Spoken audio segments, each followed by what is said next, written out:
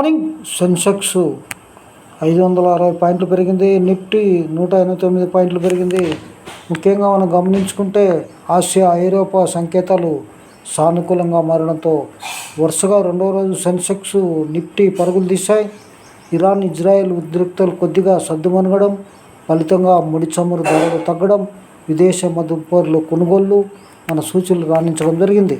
అదేవిధంగా నేడు బోర్డు సమావేశం గమనించుకుంటే Tata consumer product, ICICI Prudential life insurance, Tata Elxsi, M&M financial, MSC India, సైలెంట్ డిఎల్ఎం, నెల్కో ఇవన్నీ కూడా సమావేశాలు ఉన్నాయి.